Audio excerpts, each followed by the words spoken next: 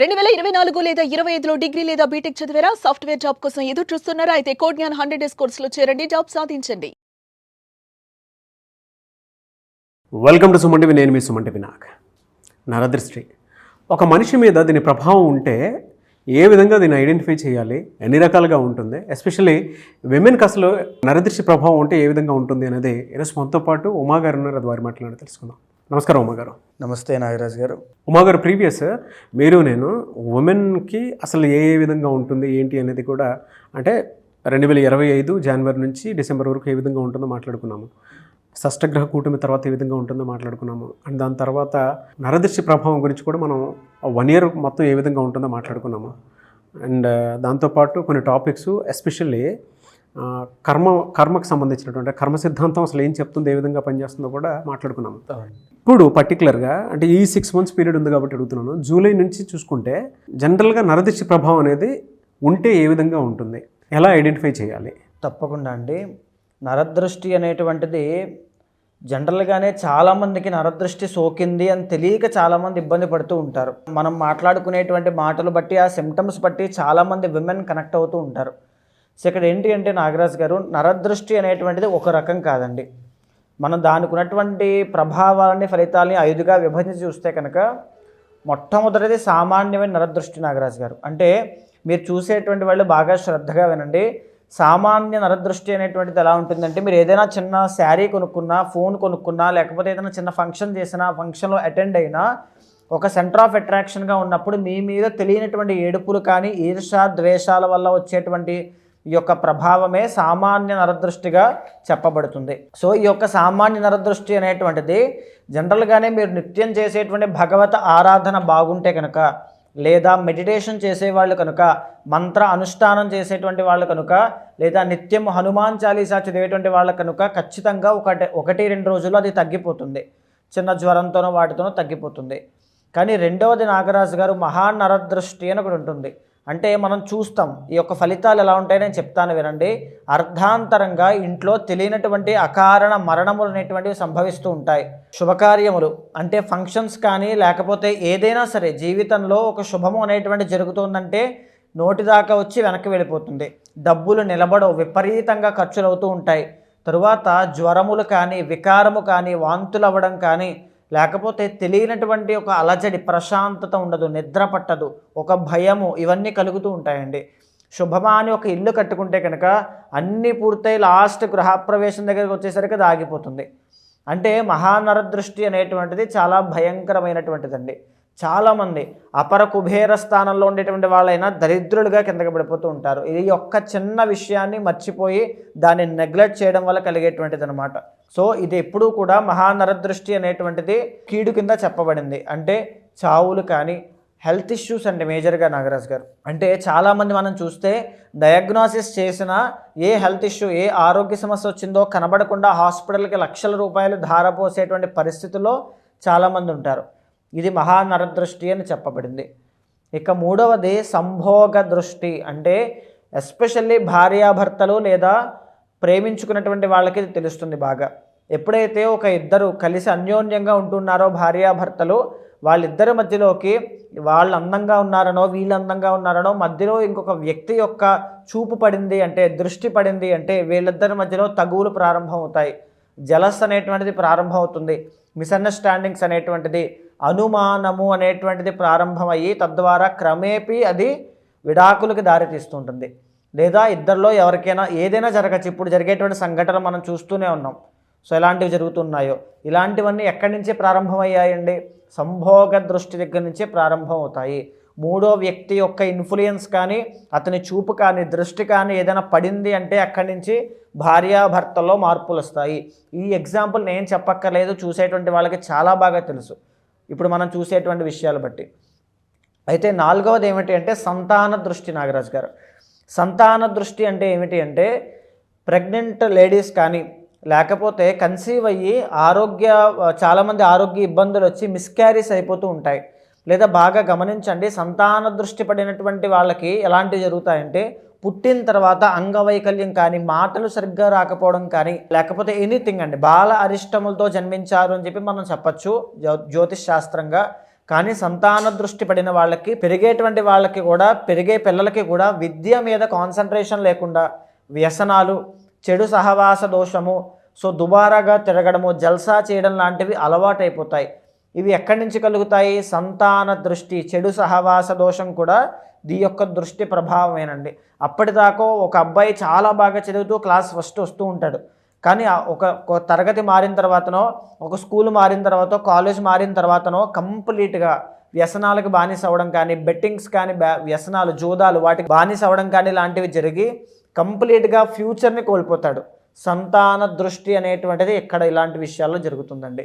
ఇక తరువాత నాగరాజు గారు సూక్ష్మ నరదృష్టి. ఇది చెప్పుకోదగ్గది.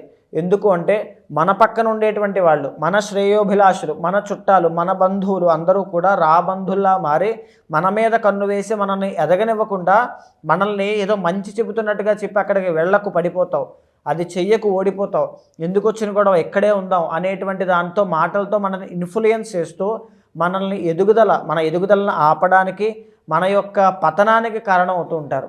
సో వాళ్ళని మనం ఏమనుకుంటామంటే మన వాళ్ళే కదా, మంచే కదా చెప్పారనుకుంటూ ఉంటాం. కానీ అది మంచి కాదు. వాళ్ళు చెప్పేటువంటి మంచికి, నిజమైనటువంటి మంచికి చాలా థిన్ లేయర్ మాత్రమే అడ్డుంటుందండి. ఇది సూక్ష్మ నరదృష్టి.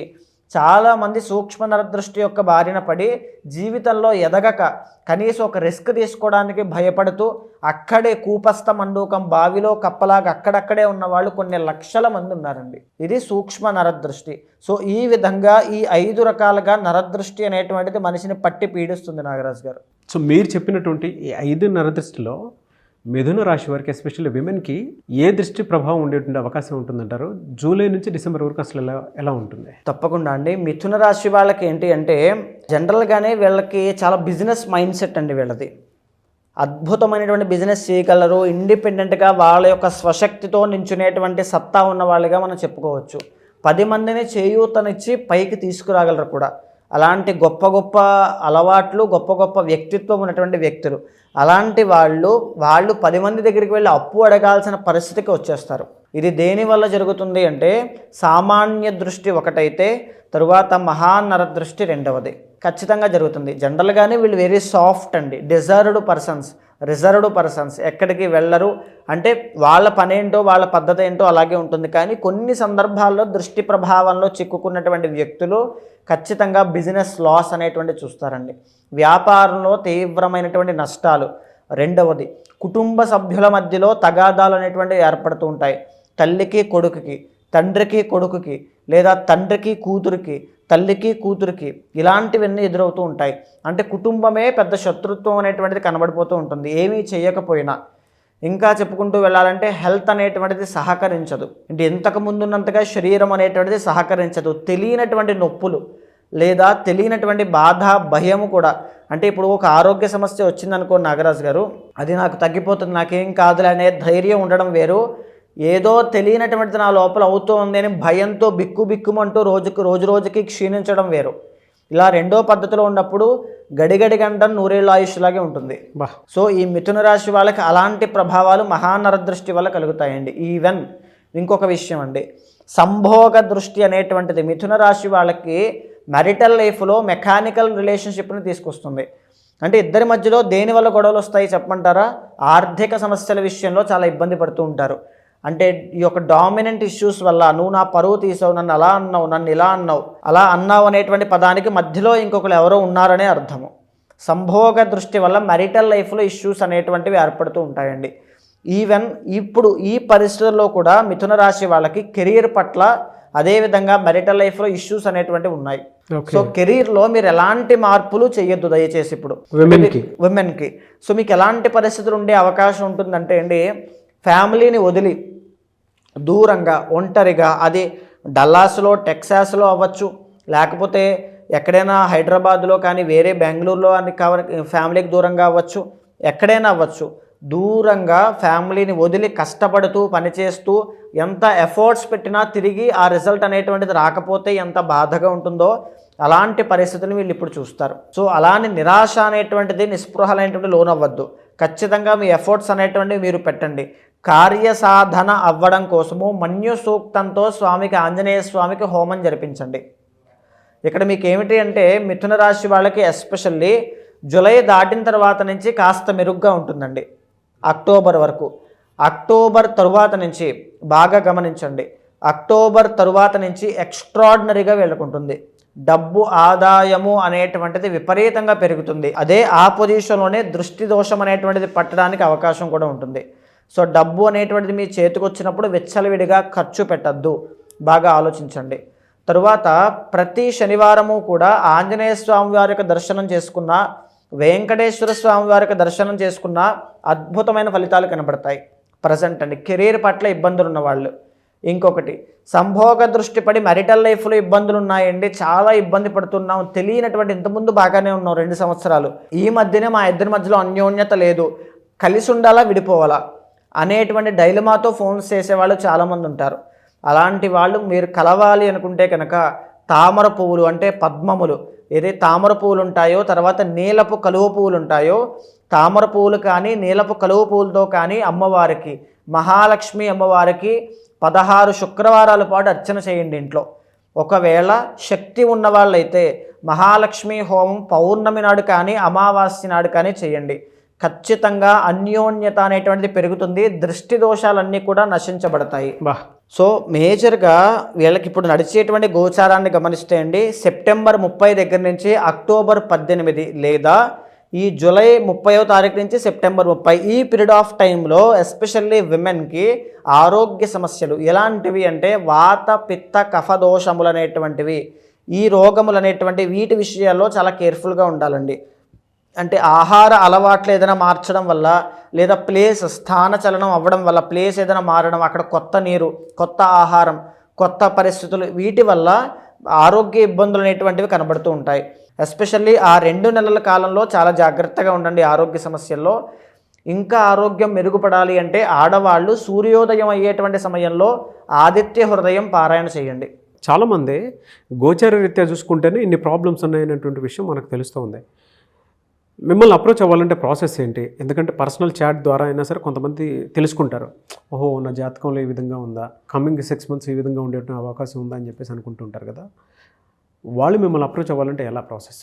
తప్పకుండా అండి. ఇప్పుడు మనం మాట్లాడుకునేటువంటిది గోచార అంశంతో పాటుగా జనరల్గా మనము నరదృష్టి వల్ల ఎలా ఉంటుందనేటువంటి విషయాన్ని చెప్పుకుంటున్నాం. కానీ మీ యొక్క పర్సనల్ చార్ట్ ద్వారా ఏ సంవత్సరంలో మీకు వివాహం అవుతుంది, ఏ సంవత్సరంలో మీరు ఇబ్బందులు పడతారు, ఏ సంవత్సరంలో మీకు డిప్రెషన్ యాంగ్జైటీ అనేటువంటిది అటాక్ అయ్యే అవకాశం ఉంది, ఏ సంవత్సరం నుంచి మీకు వ్యసనాలు జోదం విషయంలో డైవర్షన్స్ అనేటువంటివి జీవితంలో రాబోతున్నాయి, ఏ సంవత్సరంలో మీకు వాహన గండములు లాంటివి ఏమైనా ఉంటే ఎప్పుడు వచ్చేటువంటి అవకాశం ఉంది, మీ ఆయుష్ ఎంత ఉంటుంది అనేటువంటివి ప్రతిదీ కూడా పర్సనల్ చార్ట్ ద్వారానే చెప్పబడుతుందండి. అది మీకు మాత్రమే యునిక్గా ఉన్నటువంటి చార్ట్. సో అలాంటి వాళ్ళు ఎవరైనా ఉంటే ఖచ్చితంగా మీరు ఎక్కడెక్కడో చూపించి చాలా ఇబ్బంది పడుతూ, దృష్టి ప్రభావం వల్ల కావచ్చు, పెళ్ళి కాకపోవడం వల్ల కావచ్చు, సంతానం లేకపోవడం వల్ల కావచ్చు, చాలా ఇబ్బంది పడుతూ ఉంటారు.